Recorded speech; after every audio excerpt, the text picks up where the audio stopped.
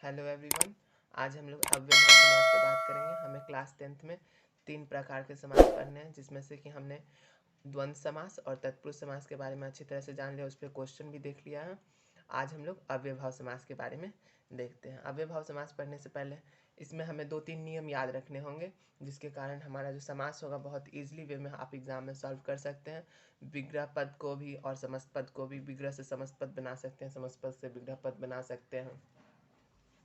तो उसके लिए हमें 2-3 नियम याद रख लेंगे तो हमारा जो नियम याद रखेंगे वो एग्जाम में कभी नहीं पूछेगा। विग्रह पूछेगा या उसका समस्त पद पूछेगा। तो चलिए देखते हैं। पहला है समस्त पद जो होगा अव्ययभाव समास का, वो हमेशा नपुंसक लिंग में होगा।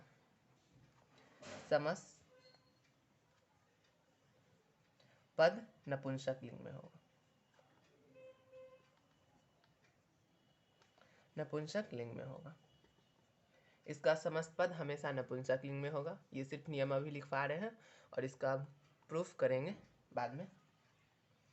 समस्त पद का पहला पद अव्यय होगा या उपसर्ग होगा। समस्त पद का पहला पद उपसर्ग या अव्यय होगा। इसी दोनों में से कुछ होगा, अव्यय होगा। हमेशा विग्रह पद में विभक्ति का प्रयोग करेंगे। जब हम विग्रह करेंगे समस्त पद को तो उसमें हम विभक्ति का प्रयोग करेंगे। विग्रह पद में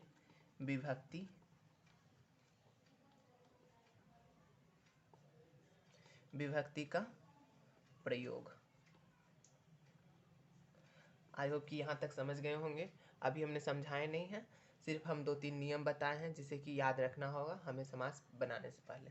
तो चलिए अब हम इसे रफ करते हैं और हम 2-3 शब्द 6 या 7 शब्द होगा जिसे हमें याद रखना होगा और उसी पे एग्जामिनेशन में हमारा क्वेश्चन पूछा जाएगा, उसके अलावा कहीं से नहीं क्लास 10th में।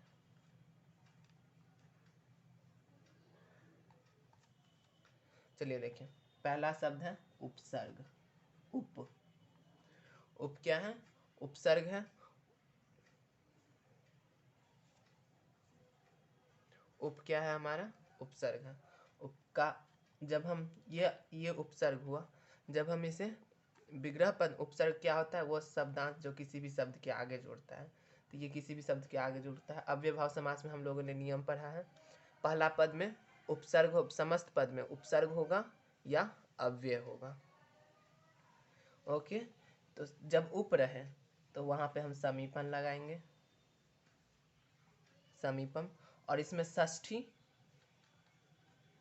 षष्ठी एक वचन का प्रयोग करेंगे, एक वचनम, षष्ठी एक वचन। अब देखिए इस पे हम क्वेश्चन बनाते हैं। उप यमुनम। ओके, यहाँ पे उप लगा हुआ है और ये हमारा नपुंसक लिंग में है, उप यमुनम। तो जब हम इसका विग्रह करेंगे तो इसमें क्या हो जाएगा? यमुनम में षष्ठी विभक्ति हो जाएगा। यमुनम में कौन सा विभक्ति हो जाएगा? यमुना। इसका मूल रूप क्या होगा? यमुना। तो इसका षष्ठी क्या हो जाएगा? इसका षष्ठी क्या हो जाएगा? यमुनाया।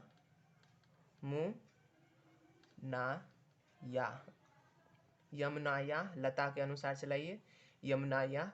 और इस उप के जगह पे हम क्या लिख देंगे? समीपम। ये इसका हो गया विग्रह पद। उप यमुनम का क्या होगा? ये हमारा नपुंसक लिंग में होगा। यहाँ पे हमारा क्या लगा हुआ? उपसर्ग लगा हुआ है। हम लोगों ने नियम में पढ़ा है, समस्त पद का पहला पद में उपसर्ग होगा या फिर अव्यय होगा। जब उसको हम विग्रह करेंगे तो वहाँ पे हमारा विभक्ति का प्रयोग हो जाएगा। ये हमने तीसरा नियम में देखा था। तो यहाँ पे तीनों नियम प्रूफ हो गया और इसमें विभक्ति का प्रयोग किया। यहाँ पे उप लगा हुआ है, इस कारण से हम इसमें षष्ठी विभक्ति एक वचन का प्रयोग करेंगे और उप के जगह पे हम बाद में समीपम लगा देंगे। आई होप कि यहाँ तक क्लियर होगा। और एक दो लेते हैं एग्जाम्पल, जैसे कि उप नगरम, उपनगरम। ये भी आप बहुत इजीली बना सकते हैं। तो यहाँ पे नगरम का क्या हो जाएगा? नग रस्य समीपम। ये इसका हो गया विग्रह पद। उप लगा हुआ था इसलिए हम नगरम में क्या किए, षष्ठी, नगर में क्या किए, षष्ठी विभक्ति एक वचन का प्रयोग किए। और उप का क्या हो जाता है, समीपम। ये हमें याद रखना होगा, उप का क्या होता है, समीपम। आई होप कि यहाँ तक क्लियर होंगे। अब दूसरा लेते हैं, नीर। दूसरा कौन सा लेंगे, नीर शब्द लेंगे।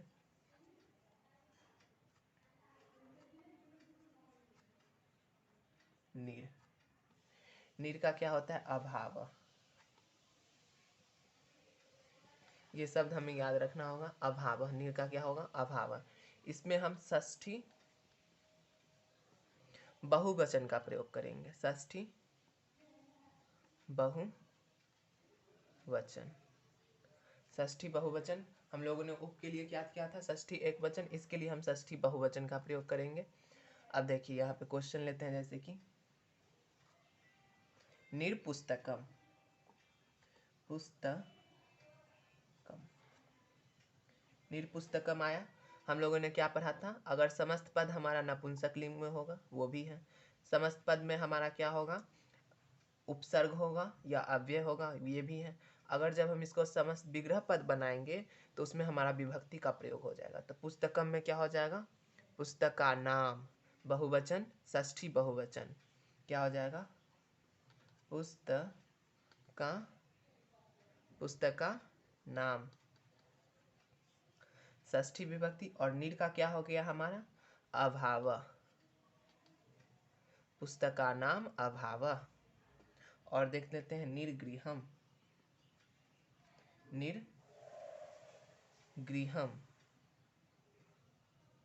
निर्गृहम। जब हम इसमें नपुंसक लिंग में है, उपसर्ग है, उपसर्ग या अव्यय होना चाहिए, हमारा उपसर्ग है। और जब हम इसको विग्रह करेंगे तो षष्ठी विभक्ति। गृहानाम, गृहानाम, गृहनाम अभाव, ये हो गया हमारा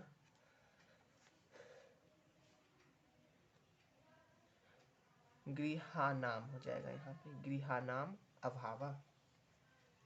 अब देखते हैं तीसरा शब्द क्या है हमारा,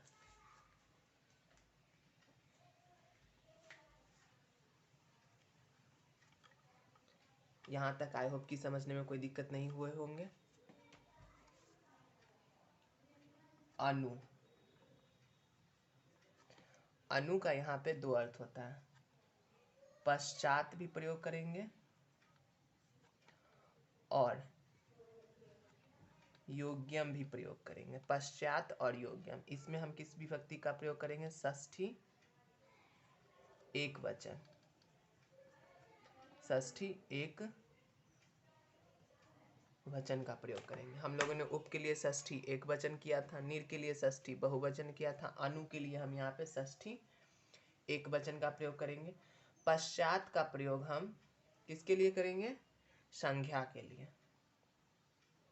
जब हमारा वर्ड संज्ञा होगा तब हम पश्चात का प्रयोग करेंगे। और हम योग्यम का प्रयोग कब करेंगे, जब हमारा वर्ड क्या होगा, विशेषण होगा, विशेषण होगा, तब हम योग्यम का प्रयोग करेंगे। अब हम इसको उदाहरण के द्वारा देखते हैं। अनु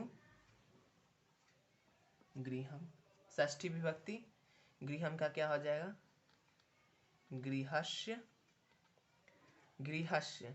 यहाँ पे गृह क्या है, संज्ञा है, घर क्या है, संज्ञा है यहाँ पे। तो हम यहाँ पे क्या करें, गृहस्य पश्चात, गृहस्य पश्चात। अनु के जगह पे हमने यहाँ पे पश्चात लगाया, यहाँ पे हमने नियम में पढ़ा है। अब देखिए यहाँ पे अनु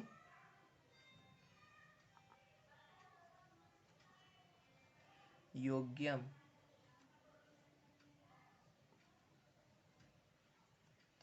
अनुयोग्यम, योग्य है, इसका तो षष्ठी विभक्ति हो जाएगा, षष्ठी एक वचन,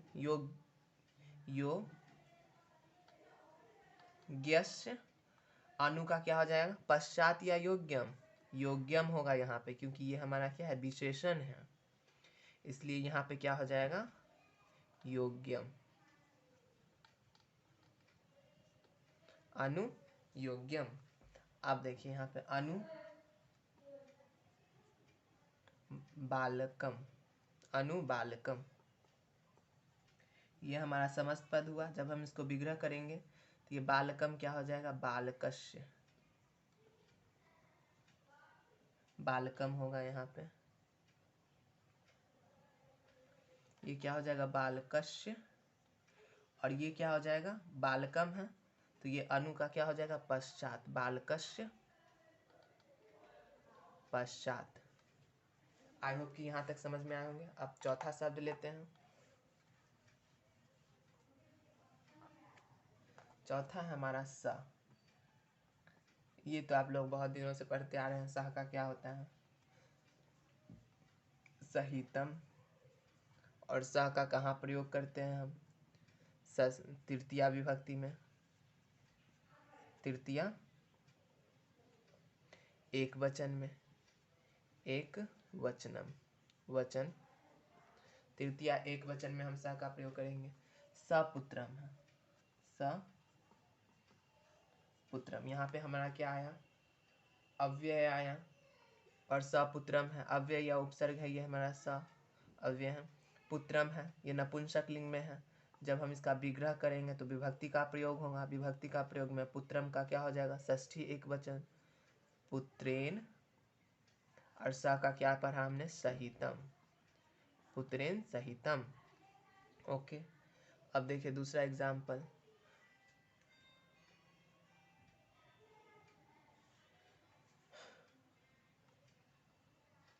स बालकम,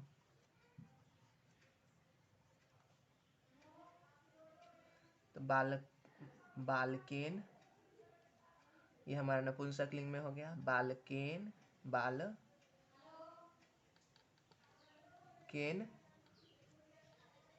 सहितम। ओके, बालकेन सहितम। हमने बालकम में क्या किया, तृतीया एक वचन लगा दिया, तृतीया एक वचन। और स का क्या हो गया, हमारा सहितम हो गया, जो कि हमने सहितम लिख दिया। ओके, आई होप कि यहाँ तक क्लियर हुए होंगे। फिर दूसरा शब्द लेते हैं, प्रति।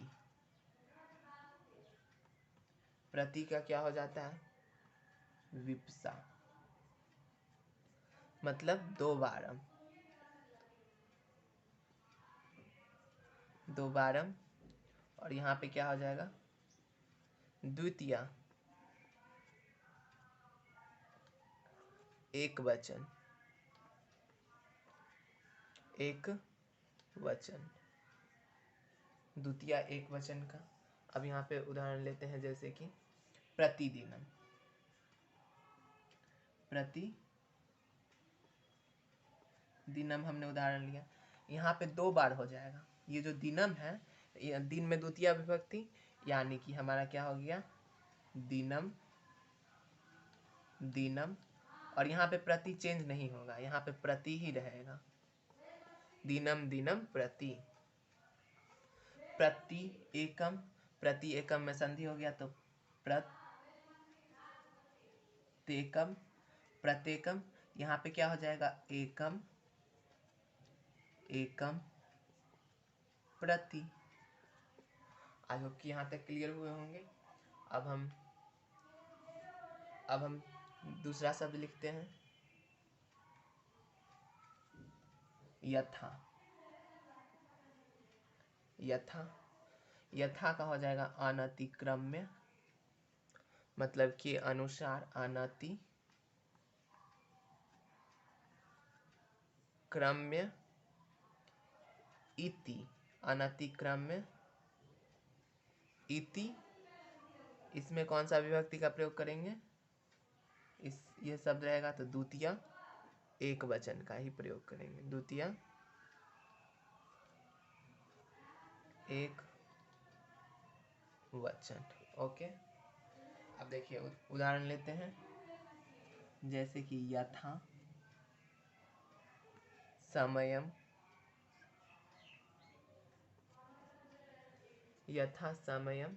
इसमें क्या डालेंगे हम, समयम, तो समयम द्वितीया विभक्ति में समयम ही हो जाएगा।